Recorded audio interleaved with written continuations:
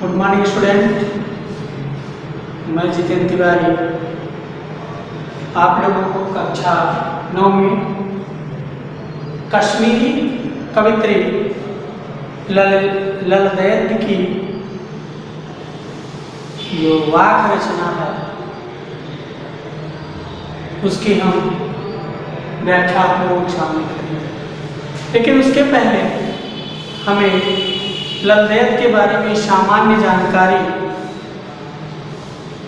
कर लेनी चाहिए। ललदैद जो है कश्मीर की कवित्री, जिनका जन्म 1320 ईस्वी में हुआ था और लगभग कश्मीर स्थित पामपुर के सिमपुर गांव में उनका जन्म हुआ और इनके जीवन के बारे में हमें प्रमाणित जानकारी नहीं उपलब्ध, परंतु इनके बचपन में लोग उन्हें ललेश्वरी और लल योगेश्वरी, ललारिफा आदि नामों से जानते हैं। ललदैद की शैली को, ललदैद की काव्य शैली को वाक कहा जाता है। इनका देहावसान 1391 ईस्वी में हुआ था और जिस तरह हिंदी में भक्तिकाल में कबीर, सूर, तुलसी, मीरा इत्यादि का नाम बड़े सम्मान के साथ लिया जाता है, उसी तरह से कश्मीर में भी ललदैद का नाम बड़े सम्मान के साथ लिया जाता है। ललदैद ने हिंदी में ही रचनाएं और कश्मीरी भाषा में, लोक भाषा में क्यों रचनाएं की? क्योंकि उन्हें ज्ञान था कि मुझे पंडिताओं पर नहीं दिखाना है, मुझे समाज में अपनी विद्वता का परचम नहीं लहराना है, बल्कि लोक भाषा में अपने विचारों को अभिव्यक्त करके जनमानस तक पहुंचाना। इसी कारण से कश्मीरी कवित्री ललदैद जो है वह आज भी कश्मीरियों के जीवन में जीवित। और ललदैद को हमारे पाठ्यक्रम में इसलिए रखा गया है कि हम भक्ति काल की जो जन चेतना है, जन भावना है, उसे अच्छी तरह से जान सकें। और जानेंगे कैसे? उनकी रचनाओं के माध्यम से। तो आज हम ललदैद की यहाँ 2 रचनाओं का अध्ययन करेंगे। कश्मीरी कवित्री लिख रही है कि रस्सी कच्चे धागे की खींच रहा मैं नाम, जाने कब सुन मेरी पुकार, करे देव भव सागर। पानी टपके कच्चे सकोरे, व्यर्थ प्रयास हो रहे मेरे, जी में उठती रह मुंह, घर जाने की चाह है। कवित्री ललदैद जो है, जो जीवन में बाह्य आडंबर है उसे दूर रहने के लिए हमें प्रेरित करते हैं। जो अंधविश्वास उनसे दूर रहने के लिए हमें आपस में प्रेम, भाईचारा और नैतिक उन्नति के लिए, सामाजिक जीवन जीने के लिए प्रयास करें।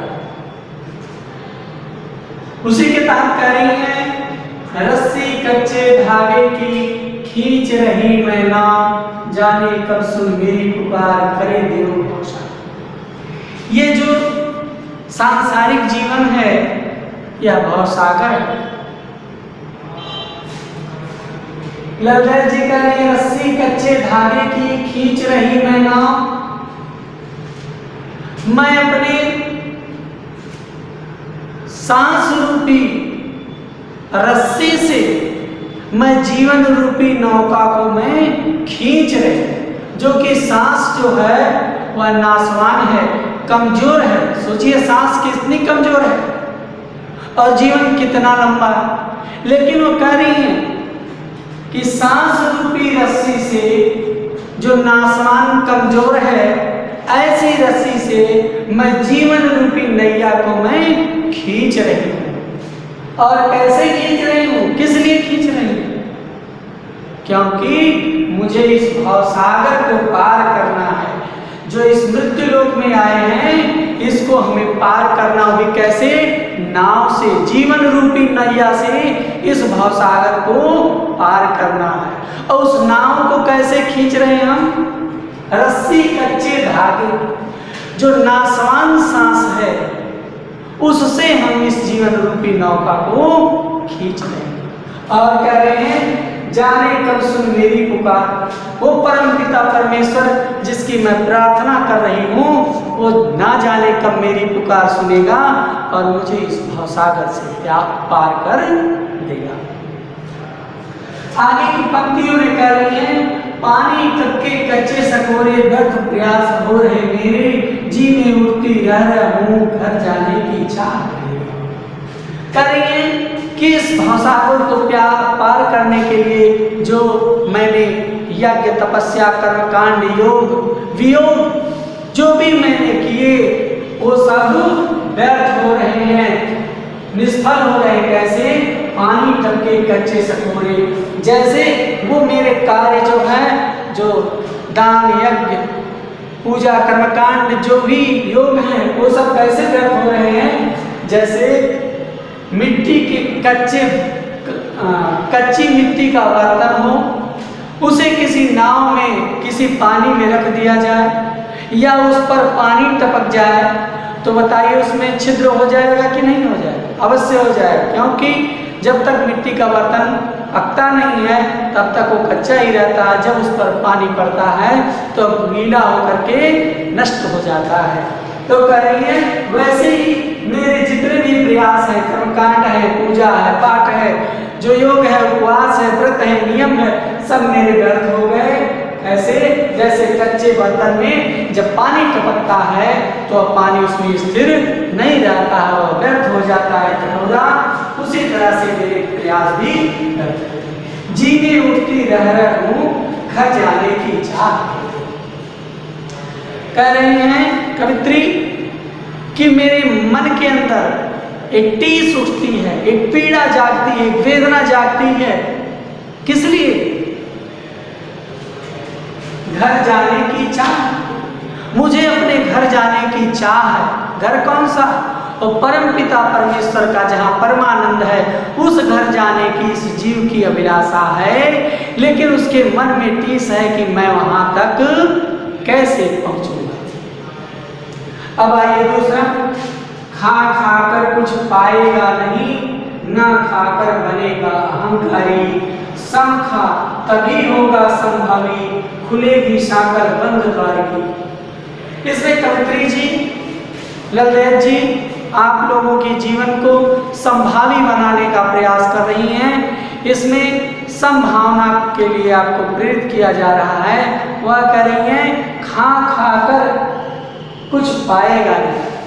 इस संसार में, इस भवसागर में आप भोग उपभोग कितना भी कर लो, पर भोग उपभोग से कुछ मिलने वाला नहीं है। क्यों? क्योंकि उसमें संतुष्टि नहीं हो। आज आपने जो भोग कर लिया, कल फिर उससे ज़्यादा आपकी लिप्सा बढ़ जाएगी, आपकी लालच बढ़ जाएगी, आपको भोग करने की चाह बढ़ जाएगी कि आज मैं इससे अच्छा भोग करूं, तो कुछ मिलने वाला नहीं है। ना खाकर बनेगा अहंकारी। और यदि आपने भोग नहीं किया, किसी चीज का उपभोग नहीं किया, मान लीजिए घी नहीं खाए, लड्डू नहीं खाए, तो आपके अंदर एक अहंकार व्याप्त हो जाएगा कि इस संसार में मैं एक ऐसा जीव हूं जो मैं कुछ खाता ही नहीं हूं, मेरे लिए कोई भी इंद्रियां कोई मायने नहीं रखती है।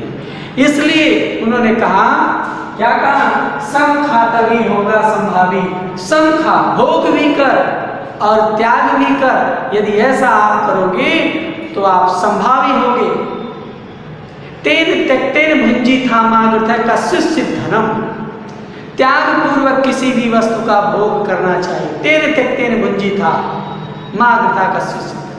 त्याग पूर्वक भोग करना चाहिए, किसी भी वस्तु में आसक्त नहीं होना चाहिए। यही बात यहाँ ललदेव जी लिख रही है। खुलेगी साकल बंद द्वार की। यदि आप योग करोगे, साधना करोगे, हठ योग करोगे, तो आपकी साकल खुलने वाली नहीं है। कब खुलेगी? जब आप संभावना करोगे, अपने मन की चेतना को विस्तार दोगे, तभी उदार होगा। जब ये भावना आपके अंदर आएगी, अयम निज परो वेति गणना लघुचेतसां उदार चरितानां वसुधैव कुटुंबकम। जैसे ही आपका चरित्र उदार होगा, तभी आपको पूरा संसार जो है अपने परिवार के समान दिखाई देगा, और तभी आपके अंदर की जो गांठ है वो खुलेगी। मैं और मेरा वाली गांठ जब खुल जाएगी, उसी दिन आपका जो है मोक्ष हो जाएगा, आपके द्वार खुल जाएगी। कबीरदास जी ने भी कहा है, जब मैं था तब हरि नहीं, जब हरि है मैं ना। यानी जब तक अहंकार आपके शरीर में रहेगी, कोई गांठ रहेगी, तब तक आपके अंदर की वो साकल मोक्ष की गांठ खुलने वाली नहीं है। इसलिए सब कुछ छोड़ करके संभावना को ग्रहण कर लीजिए और प्रेम से होकर के उस साकर को खोल करके परमपिता परमेश्वर से आप अपना साकार कर लीजिए। इस दोनों की व्याख्या आप लोग अपने कॉपी में लिख लेंगे। आपका दिन शुभ हो। धन्यवाद।